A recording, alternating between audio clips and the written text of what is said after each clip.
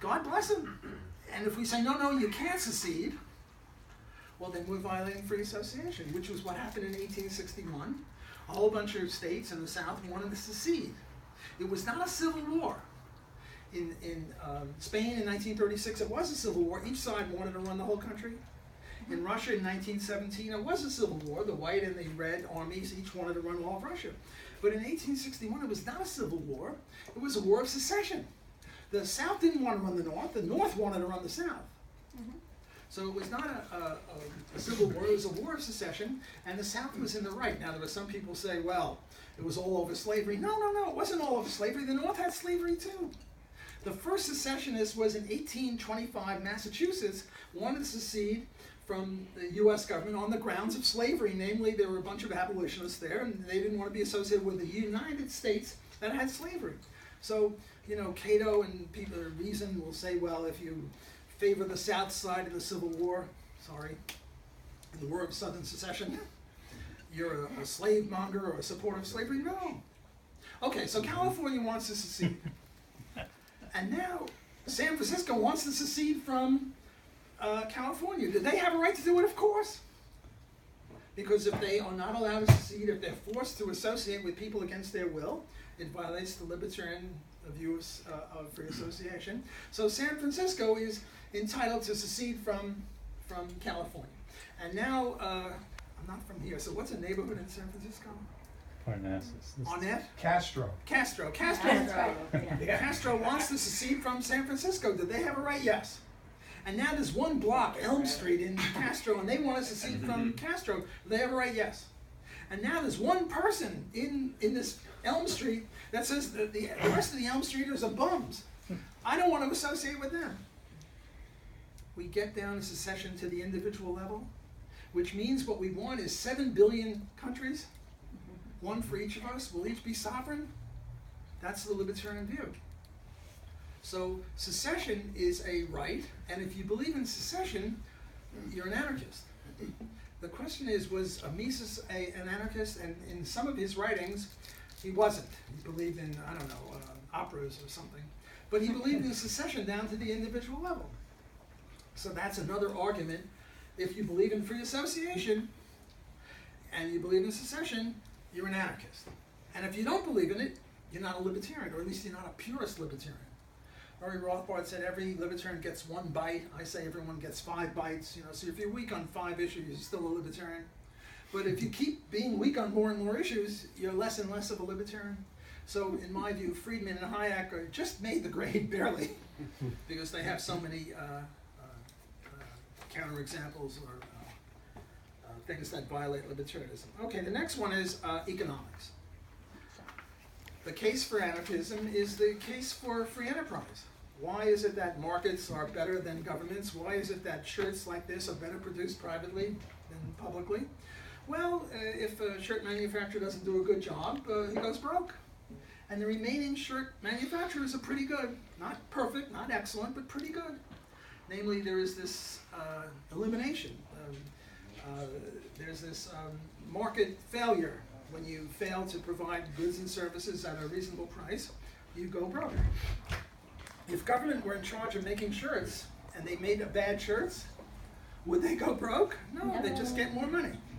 So that's why we have pretty good shirts and pretty good watches and pretty good, hats and eyeglasses and things that are made in the private sector, and pretty lousy things that are made in the government sector. So this is another argument, one that any libertarian would be amenable to and would accept. Economic efficiency. The next one is deaths. People say, well, if you have anarchy, we'll have chaos and people will be killing each other in the streets, and the blood and the Crips and the Mafia, they're going to go berserk and they're going to start shooting people. And we just had 10 deaths in Florida, Lauderdale, 9 deaths or whatever it was, and you're going to have more of that. Well, the fact of the matter is that in the last century, the 20th century, governments killed 200 million people. And that's apart from wars. This is just killing their own citizens. And then if you added wars, they killed many more people than that. The Blood and the Crips and this hooligan and that hooligan, they can't go near government when it comes to killing massive numbers of people. So if you're worrying about the deaths of innocent people, as all libertarians are worried about because we oppose that, you have to oppose government. You have to favor anarchism. I mean, who's throwing bombs? Anarchists throwing bombs? No. The bombs are being thrown by government. So if you're against bomb throwing, you're against government. The next one and the last one is a thing about startup. How do you start a government? Which came first, the people or the government? Was there a government before there were any people? That's silly. You can't have a government and no people, right? Just dinosaurs or whoever was here, or before the dinosaurs were around, there were no governments. You need people to have a government. Well, how do you start one? Do you ever get it unanimous? You see, in the market, it's unanimous. Let's turn back to this lady. What's her name? Carla. Carla bought this shirt. It was a unanimous agreement. She agreed to pay $20, and the guy who sold it to her agreed to take $20 in return for the garment. Every bit of the free enterprise system is unanimous. Sometimes it's a triangular trade. A buys from B, B buys from C, and C buys from A. But usually it's a two-way exchange. I buy a newspaper, and I pay so much for the newspaper. It was a unanimous agreement. If it's not unanimous, somebody is coercing someone else. The public choice people, weirdos, believe in a conceptual or theoretical unanimity. That's nonsense. I mean, it's either unanimous or it's not unanimous. The government cannot be unanimous because nobody agrees to. Masses of people don't agree to anything. How did the U.S. start? 9 out of 13 colonies agreed, but that's just a majority. If a majority says something and they compel the minority to go along with that, that's coercion. That's a violation of the non-aggression principle. And in each of the 13 states, the 9 that supported the U.S. government, there was no unanimity, it was just majority rule. The example I often think of is somebody goes to somebody out in the boonies of western Pennsylvania in 60 or somewhere, and says, we're starting this new club. It's called the U.S. Government Club. It's just a club, it'll be voluntary. And the guy in western Pennsylvania or Ohio says, oh, I wish you the best of luck, we'll be good neighbors. And he says, you don't understand, you're part of it. Whether you like it, he says, what, me? No, I'm not a joiner, I don't like to join anything. Too bad, you gotta join. Well, that's a violation of the libertarian non-aggression principle. Okay, so those are the 5 or 6 reasons supporting anarchism vis-a-vis any other system. Now let me deal with the question that is often asked, how do you deal with the court system? Suppose we didn't have any government and you had difficulties. People had difficulties. Now I'm going to appoint people in the front row. This will teach you people to sit in the front row. You're A, you're B, C, D, and E. I'll leave you out. I picked on you enough. A, B, C, D, and E. A and E are having a little dispute. They don't like the cut of each other's jib, or they had a fight, or who knows what. A and E are having a fight. And A goes to B. Are you two married? No, are you rich? You're married? I shouldn't go there. A goes to B, who is a court. B is a court, and A, they're buddies. They're not married, but they're buddies. And A goes to B and says, you know, that wretch E over there, he's a bum. And I'm going to you for justice. And A invites E.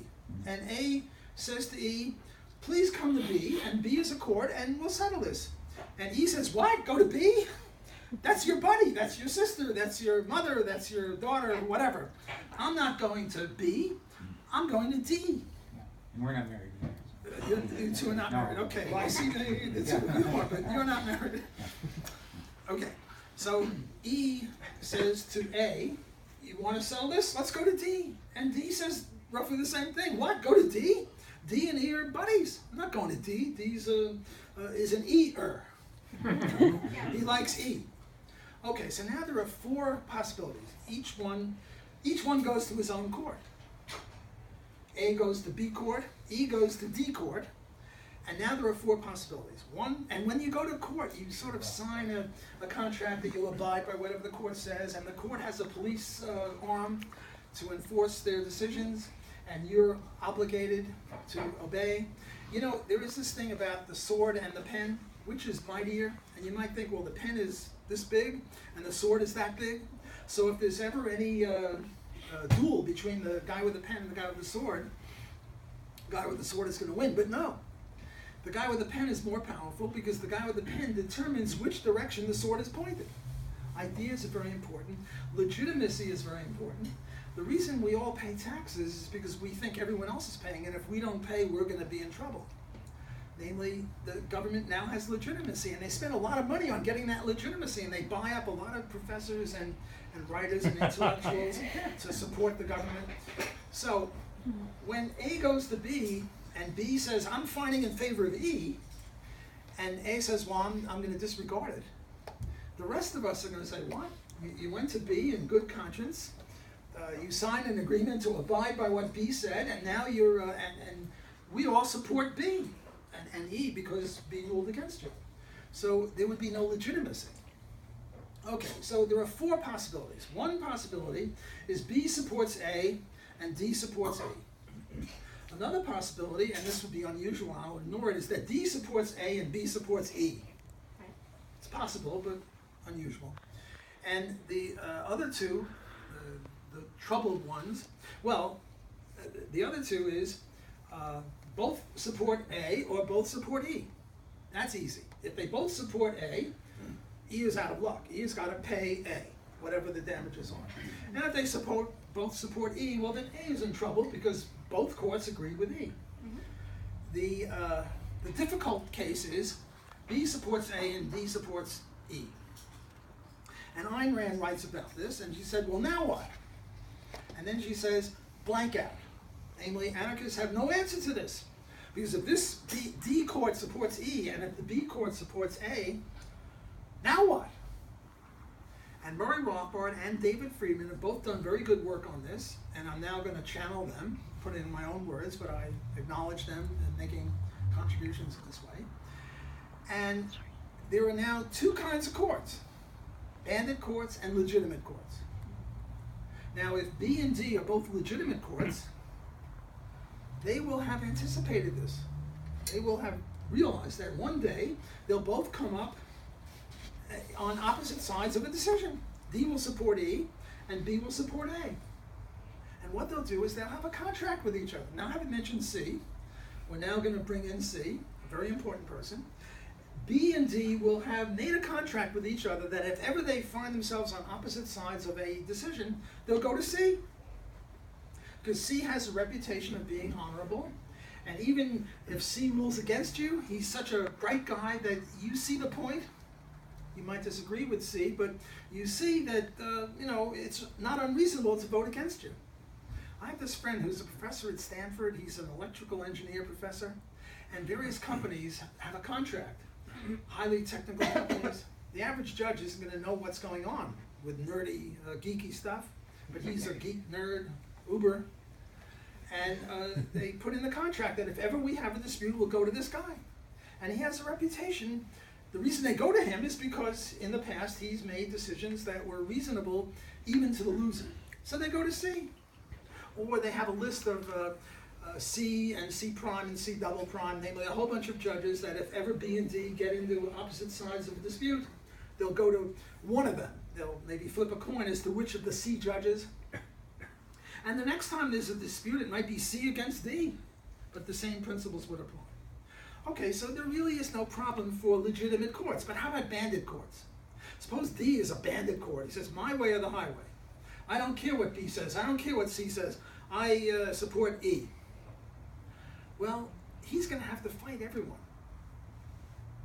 Whereas she, the B court, is a legitimate court. She's only going to have to fight bandit courts. And fighting is expensive. So we predict that there will be a weeding out process of bandit courts. Look, will there be murders and rapes in the free society? Sure there will be. Because 1% or 2% of the people are murderers and rapists and people who engage in assault and battery. So we're not like the commies who say, well, there'll be communist man and everyone will get along. No, there'll be ordinary people who are, some of them a pain in the neck and criminals, and there'll be some bandit courts. But they will tend to go bankrupt because they'll have to fight other bandit courts plus all legitimate courts, whereas the legitimate courts will only have to fight bandit courts. And then there's such a thing as legitimacy. They will not have legitimacy.